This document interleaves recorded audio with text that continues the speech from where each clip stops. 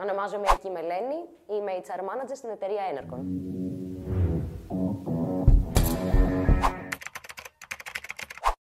Το έχω προσπαθήσει αρκετές φορές με τη μαμά μου και το μόνο που έχει καταλάβει είναι ότι το δικό της συμπέρασμα είμαι υπεύθυνη για να έχουν καλές σχέσεις οι συνεργάτες μεταξύ τους, συνάδελφοι, και να πληρώνονται στην ώρα τους.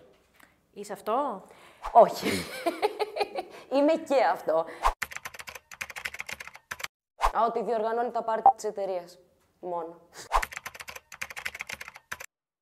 Η Enercon είναι μια εταιρεία που δραστηριοποιείται στο κομμάτι της κατασκευής και της συντήρησης αιωλικών πάρκων. Το προπτυχιακό μου είναι στα οικονομικά.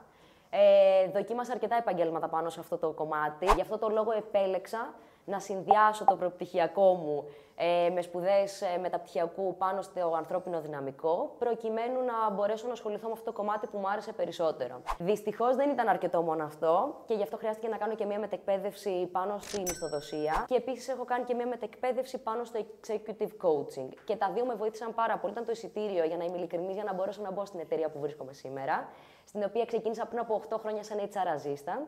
Και έχω τη χαρά σήμερα να έχω εξελιχθεί μέσα σε αυτή την εταιρεία και να είμαι HR Manager της Enercon Greece. Ο πιο ιδιαίτερος τίτλος είναι ο τίτλος του Wind Site Engineer, κοινός στα ελληνικά ανεμολόγος. Είναι τα παιδιά, μια ομάδα η οποία είναι υπεύθυνη για τη μελέτη όλων των ανεμολογικών δεδομένων του έργου και της πρόβλεψης παραγωγής ενέργειας.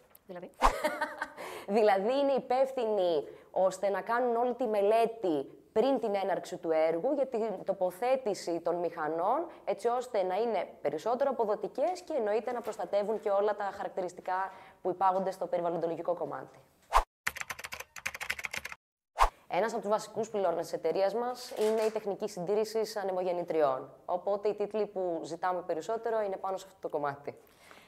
Και τι κάνει ένας τεχνικός συντήρησης? Ένας τεχνικός συντήρησης είναι υπεύθυνος για την συντήρηση και την επισκευή των ανεμογεννητριών μας, έτσι ώστε να έχουν τη μέγιστη απόδοση. Αυτή είναι μια πάρα πολύ καλή ερώτηση και χαίρομαι που μου την κάνεις. Πολύ σημαντικό είναι να έχει διαβάσει κάποιος πριν την περιγραφή της θέσης, το λεγόμενο job description, και να ξέρει και κάποια πράγματα για την εταιρεία την οποία πρόκειται να προσεγγίσει. Αν είναι online, σημαντικό είναι να βρίσκεται σε ένα ήσυχο μέρος και να έχει ένα καλοφωτισμένο setup.